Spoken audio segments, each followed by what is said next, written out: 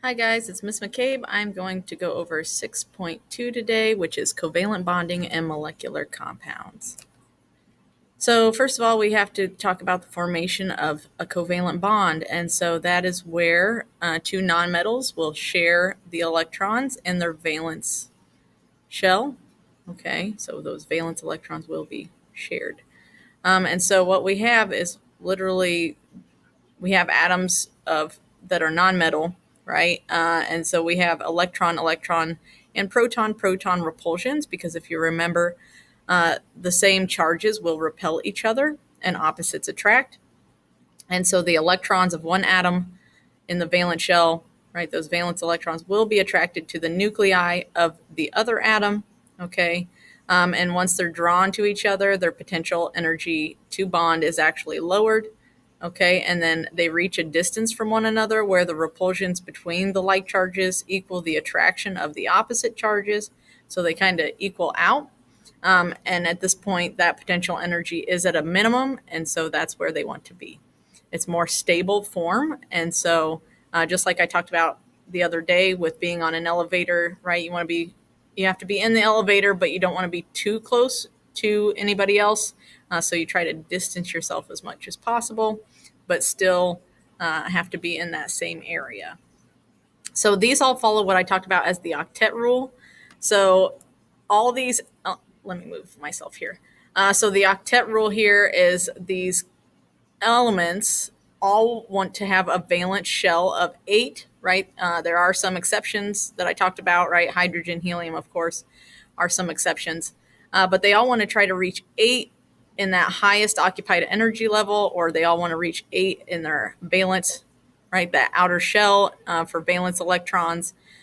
So the metals, remember, will try to get rid of those extra electrons, and then the nonmetals want to gain those extra electrons. So now we have something called electron dot notation, right? Also called Lewis dot structures, depending on what your book uses. And that's literally where those covalent bonds form, right? And that involves those electrons in the outermost energy level. And how do we represent those? So electron dot notation is just an electron configuration notation in which only the valence electrons of an atom of a particular element are shown and indicated by dots placed around the element's symbol. So now we are only worried about the valence electrons of each element. When we do a electron dot notation, okay, remember, we have in the past done the electron configurations that we had to tell all of the electrons and account for every electron in the atom. And we've also done electron configuration notation, which is the arrows. Each arrow represents its own electron. And we had to do that for every electron in the atom. Now we're doing electron dot notation, or Lewis dot structure. And that is where you're only accounting for the outer shell, right? So the electrons that are the highest energy. All right, so if we kind of do this diagram of the electron dot notation, right? So each electron is represented actually by just what it says, a dot. And so we have to follow this diagram. So we start with a chemical symbol in the middle, right? And then we make sure that all the numbers of the valence electrons are in the correct positions as below. So as you see here, in this example, right, X would be my symbol, okay? Any symbol on the periodic table, 1 through 118, would be represented by X in the middle. And then each valence electron, I account as in this sequence 1, 2, 3, 4, 5, 6, 7, 8. So notice we're not placing them side by side. We're actually jumping down, okay? Or around in this case. And we are going clockwise, okay? So remember, the valence electrons of each group are actually, it's just a memorization thing, right? Group 1 has 1 valence electron. Group 2 has 2 valence electrons. We skip those transition metals. Group 13 has 3. Group 14 has 4. Group 15 has 5. Group 16 has 6. Group 17 has 7. And group 18 has 8, right? So when we're going through, and if you look at the examples down here at the bottom, the examples go from group 1, group 2, group 13, 14, 15, 16, 17, and 18. So you'll notice if you look at lithium on the periodic table, it's in group 1, right? It actually has 3 total valence electrons, but it's in group 1, so we're only counting for that outer energy level, which would in this case be 2s1 if we're going by the electron configuration.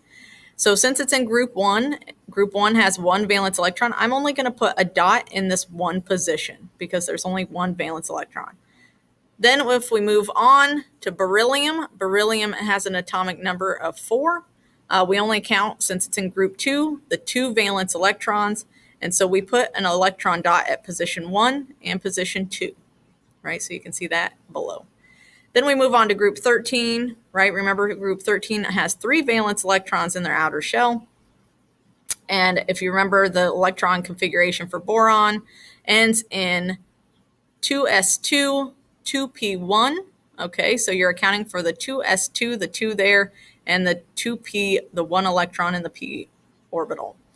And so since group 13 has 3, you're putting a dot at position 1, position 2, and position 3, just like you see below here. Then we move on across to carbon. Carbon, of course, is group 14, so they have 4 valence electrons, so we account for 4. So I put a dot in position 1, position 2, position 3, position 4. That's how you get the Lewis dot structure below. Nitrogen has 5, so I put a dot in every position up to 5. Same thing with oxygen, fluorine, neon, so forth, so on.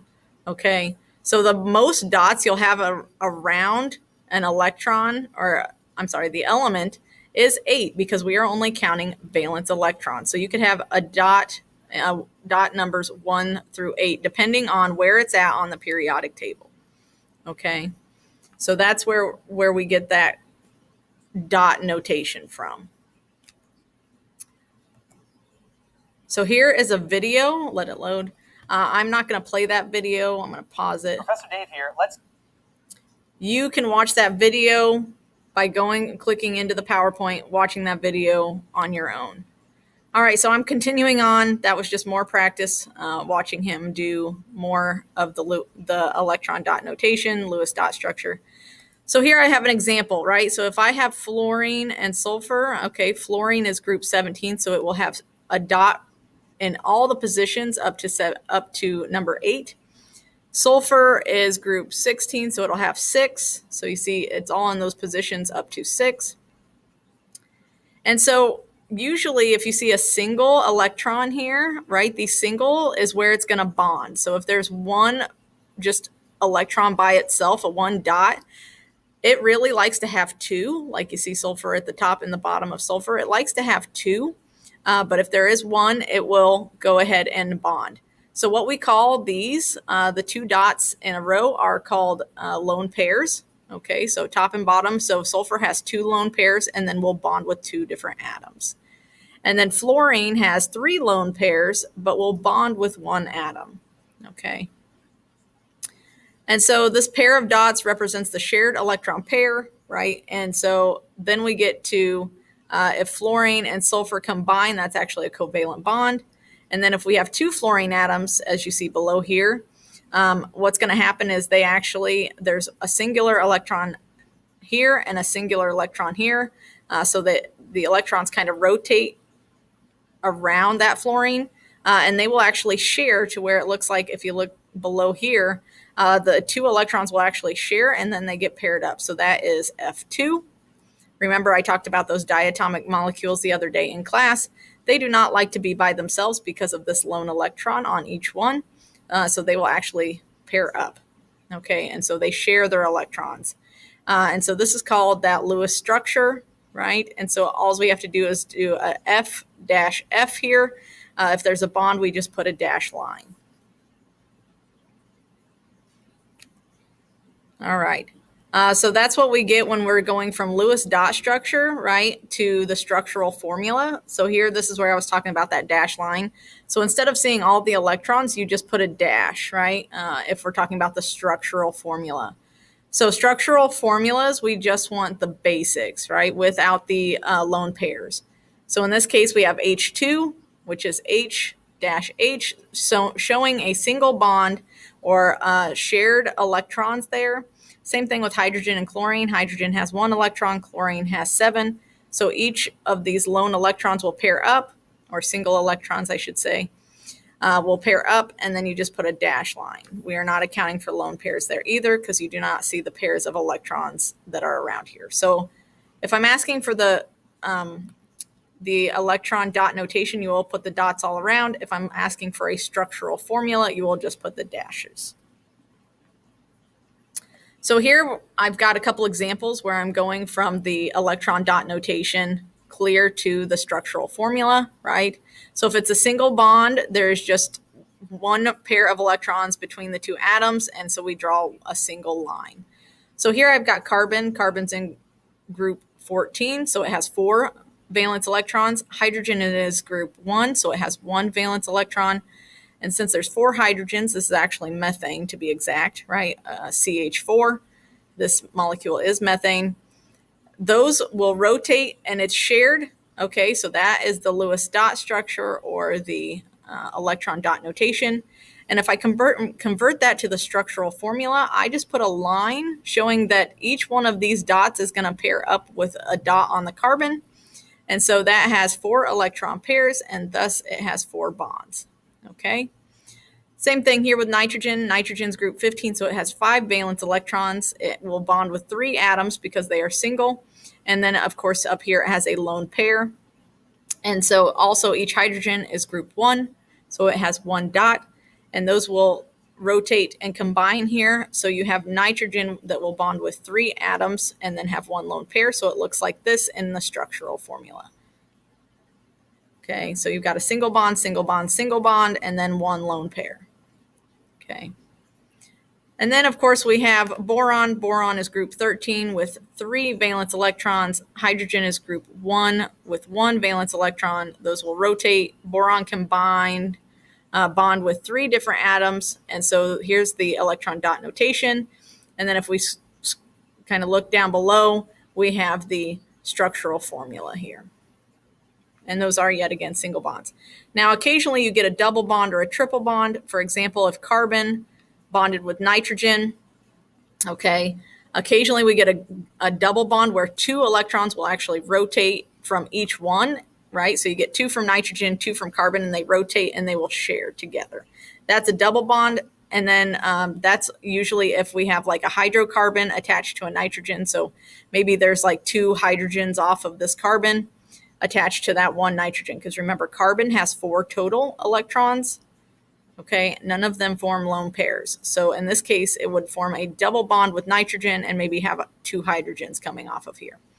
And then, of course, carbon can also, since carbon has 4 and nitrogen has 5, nitrogen will have that lone pair coming off the side here, but carbon can give 3, nitrogen can give 3, and so they rotate, they line up, and then they form that triple bond. Almost like your fingers coming together, right? So it's a triple bond. And then, of course, since carbon has 4, it would be almost as if a hydrogen came off the side there, right? Because it's got that 1 extra electron. And then we'd have a lone pair off that nitrogen. And then we get the idea of resonance. So resonance means I can mirror image, right? Because we got to think of 2 dimensions into 3-dimensional, right? So if I'm talking about, almost as if I drew a water bottle on a piece of paper, and then now I'm pulling it off the paper and realize, oh, I can rotate the water bottle, right? Same thing here. These molecules, we can actually build them, and then we can rotate them, right? So you can look at it 3-dimensionally, top to bottom, left to right, front to back. And so in this case, we represent that with brackets, right? So we put brackets around it, showing that they can be flipped either way. Okay. Now, in this case, we have an ion, right? So we actually have an ion there. So it actually gained an electron. Okay. So if you'll see that oxygen actually has 7 here, in this case, it actually has 7 electrons instead of the 6. Okay. Nitrogen still has the 5. And then this oxygen still has 6, but this 1 oxygen here has an extra electron, which puts that negative there. So it's a -1 charge overall.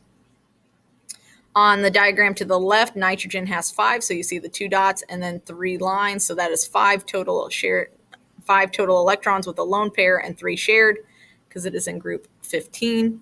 And then, of course, this oxygen has 6, which it's supposed to have, but yet again, there's a line here which tells me it's got an extra electron, which also still keeps this as a -1 charge. So all I've done is take one electron dot notation, right, or this, in this case, the structural geometry, structural formula, and I've mirror imaged it. I've flipped it.